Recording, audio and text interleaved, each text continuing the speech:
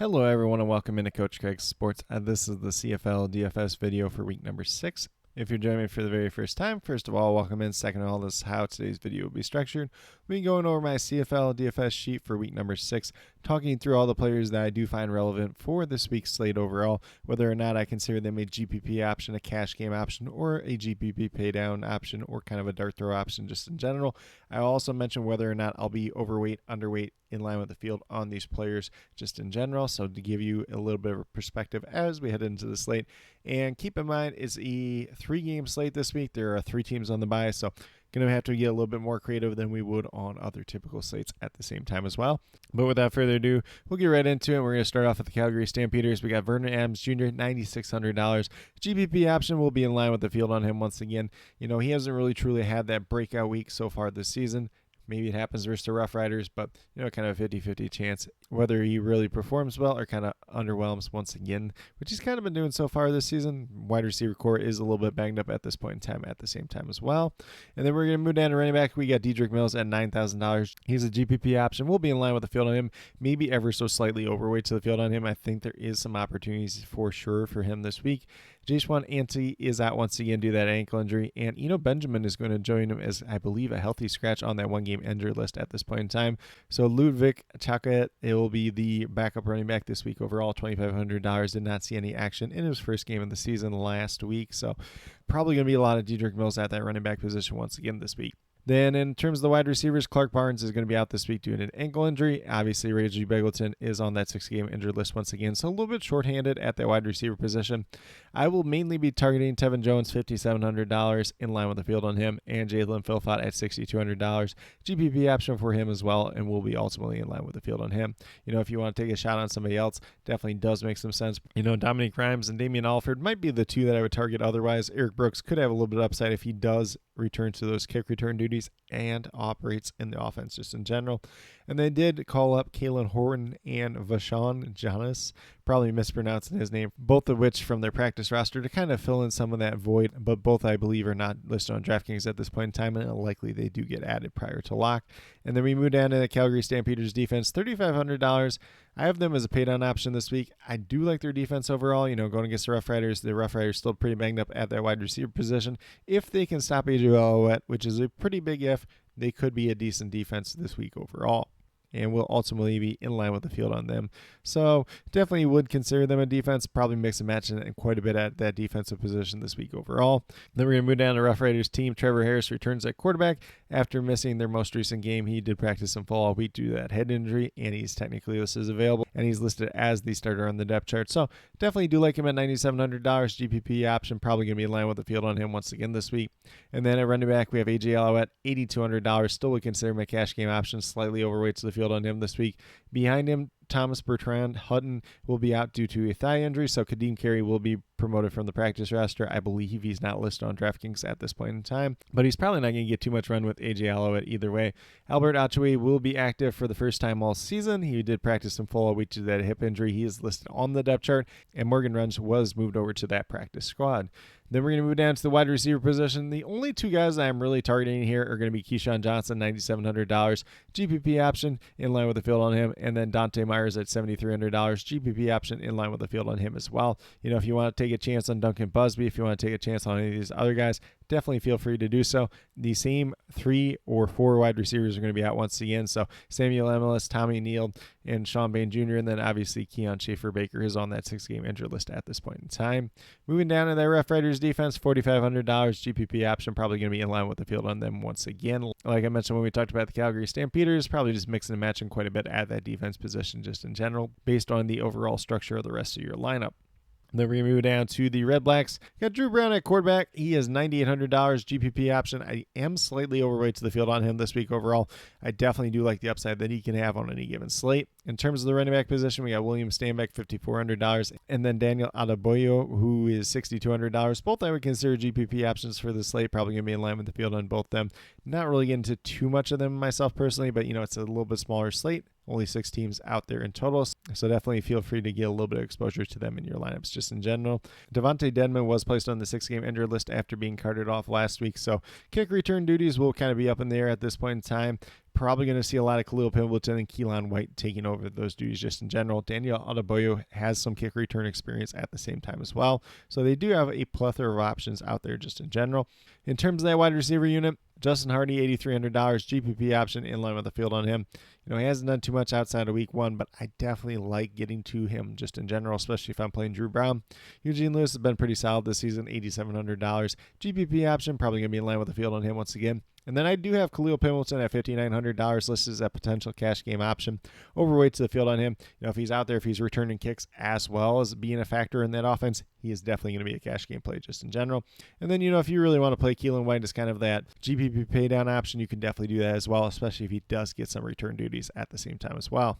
And then I do believe I forgot to mention Braylon Addison is out once again this week due to his shoulder injury. So Andre Miller should still be on the active roster and get a little bit of time on offense. And they also did sign Aesop Winston Jr. to their practice roster. So he could factor into the return game as well in future weeks, but he's not listed on DraftKings at this point in time. I do not expect him to be active for this game overall. In terms of that Redblacks defense, $3,700, kind of a paydown option, probably going to be in line with the field on them once again this week. Then we move down to the Tiger Cats. Bo Levi Mitchell at quarterback, $9,900. GPP option, probably going to be in line with the field, maybe ever so slightly overweight to the field on him once again. He's had a really, really strong season. He's coming off probably one of the best games of his career where he threw 5 touchdowns, I believe 0 interceptions in that game. So definitely do like his upside once again. Greg Bell at running back, $8,800. GPP option if he plays. Probably going to be ultimately in line with the field on him. I do have slightly overweight here, but was limited in practice all week due to that rib injury. Technically, this is questionable. We'll see what it looks like as that depth chart comes out. If he's unable to go, then obviously we're looking at Anthony Lee, Johnny Augustine, and probably Trayshawn Ward getting promoted once again. Then in terms of their wide receivers, Shamar Bridges hasn't done a lot this year. He's down to $6,400. GPP option, probably going to be in line with the field on him once again. Don't expect too much ownership going his way. And then Kenny Lawler at $10,400 would consider him a cash game play. Once again, slightly overweight to the field. He's coming off a monster performance in his own right. Keandre Smith at $5,800. He's a GPP option, probably going to be slightly underweight to the field on him. Coming off the best game of the season for him, but he has not been quite as involved as we would have expected in this passing game so far this season. And then Tyler Ternetsky, if you want to play him as a kind of a paydown option dart throw, you could definitely do that at $3,200 on the smaller slate. And then we get down to Tim White at $8,500. GPP option, probably going to be in line with the field on him once again. Drew Olszewski is going to be out once again this week due to a hamstring injury. And then we move down to that Tiger Cats defense, $4,300. GPP option, ultimately probably going to be in line with the field on them once again. And then we move down to the BC Lions, who kind of raided the ship last week. Nathan Rourke returned at quarterback. He's $10,500. GPP option, probably going to be in line with the field on him. Definitely do like getting to some of his upside just in general. He was limited in practice on Wednesday and Thursday due to that core injury, but was able to play last week, so I don't really have any concerns for him going into week 6. And then we move down to the running back position. We got James Butler at $8,000. GPP option, probably going to be in line with the field on him once again. Maybe ever so slightly overweight to the field, coming off that down week number 5. But behind him, Xander Horvath was unable to practice on Wednesday and Thursday due to a hand injury, so would not be surprised if he misses this week, which means they're probably going to promote from the practice squad. I believe Jordan Terrell is their third running back that's over on that practice roster, so look for him to get called up, but I do not expect him to be a factor for this week overall.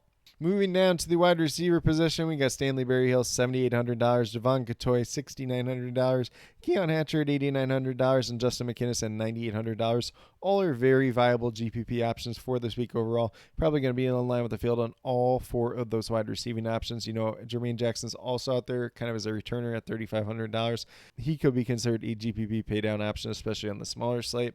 If I had to make a strong stand on any of these wide receivers this week, just in general, probably going to be Keon Hatcher and Justin McInnis, but obviously those are the 2 most expensive wide receivers for the slate overall. I will also mention that Seven McGee, $2,500, was able to practice in full on Wednesday and Thursday due to that thigh injury, so there is the possibility that he could return this week and potentially return kicks, which would make him a viable paydown option if that is the case. Then we move down to the Lions defense. They're $4,100, which is a little bit more expensive than I like to pay for them, but they are going against the Elks. Should be a decent matchup, although the Elks are coming off their best game of the season. So a GPP option for that Lions defense, once again, probably going to be in line with the field, maybe ever so slightly underweight to the field this week overall. And then we move down to the Edmonton Elks team. We got Trey Ford at quarterback, $9,500 GPP option, and I believe that makes him the cheapest quarterback this week overall. Probably going to be in line with the field on him, maybe ever so slightly overweight to the field. I do like the rushing upside that could potentially be there, although he is not running quite as much so far this season. And then we move down to running back Javon Leake at $5,900. GPP option, if he ultimately ends up playing in this game, will be in line with the field on him. He was not able to practice on Wednesday, was limited on Thursday due to a quad injury, so we'll see ultimately whether or not he's able to go. I believe Spencer Brown is their third running back. He's over on the practice roster, so he would ultimately be promoted if Javon Leake is unable to go. And if Leake doesn't play, I definitely do like Justin Rankin quite a bit at $8,600. GPP option in line with the field. Once again, if Javon Leake is out, I definitely would be overweight to him this week, just in general. Then we move down to the wide receiver, Stephen Dunbar Jr., $5,500. Cash game option will be overweight to the field on him. Once again, he's just kind of that solid, steady, safe option. His price tag isn't really going up at this point in time. And then we have Curly Gittens Jr., $6,100. GPP option probably going to be in line with the field on him. Once again, if you really want to get to Julian Grant, you can definitely do that at $6,000, especially on the smaller slate. But coming off that down week after the big week, I'm just not really getting there myself personally. And then Arkell Smith at $4,500, pay down option, probably going to be in line with the field on him. If Javon Leake misses, he probably gets extra kick return duties. And then Karis Jackson could also see a bump up at $2,500, who would be a very viable pay down option in that regards at the same time as well. And then last but not least, we move down to Elks defense, $3,900. They are a GPP option, probably going to be slightly underweight to the field on them this week overall. They did play better last week, but there is some concerns going against that BC Lions team, especially with Nathan Rourke back at quarterback at this point in time. And then, like I mentioned earlier, we do have the three teams on the bye, so they are going to be the Montreal Alouettes, Toronto Argonauts, and the Winnipeg Blue Bombers. Those are the teams that we won't be following for week number 6. Once again, a little bit smaller slate, but definitely should be a good one. But with that being said, this is my CFL DFS sheet for week number 6. As always, if you have any questions related to CFL DFS, be sure to drop them down in the comment section, and I'll get back to you as quickly as possible. This sheet will be constantly updated throughout the week, especially as we do get closer to lock, so definitely feel free to check that out over on my Patreon page. Very small monthly donation for that. You get access to my CFL DFS sheets throughout the month, as well as some MLB DFS notes if that's something you're into at the same time as well. And then I will be listing all the depth charts and any other major news that comes out down in the comment section of this video. So definitely be sure that you are checking up down there at the same time as well. But with that being said, if you are brand new to my channel, checking it out for the very first time, or have yet to subscribe, please consider doing so. Definitely would appreciate it. Helps to build the community that we're trying to build here at Coach Craig Sports, which is one that's truly for you, the viewers, helping you with your DFS. Right now we have MLB DFS in terms of the core picks, typically Monday through Friday. We got my CFL DFS video coming out once a week, typically on Wednesdays. Obviously, this video is coming out on Thursday, since the slate is starting on Friday instead of Thursday. And then last but not least, if you're interested in sports betting, if you're interested in prop betting, be sure to check out the links and promo codes down in the description below for BetUS and Prize Picks. If you are a brand new user on either one of those sites, when you sign up, make your initial deposit, you will get a first match deposit bonus. For Prize Picks, it's a 100% match up to $100. And then for BetUS, it's a 125% match up to $2,000. So some pretty great opportunities to be had out there. If you have any other additional questions related to that whatsoever, feel free to reach out to me, whether it's down in the comment section of this video or on Twitter at Coach Craig Sport, and be more than happy to help you with that journey as well. But with that being said, that's all that I truly have for this week's video. Definitely do appreciate each and every one of you tuning in. Definitely means a lot to me. I hope that each and every one of you have a great rest of your day and some pretty good luck in CFL DFS for week number 6.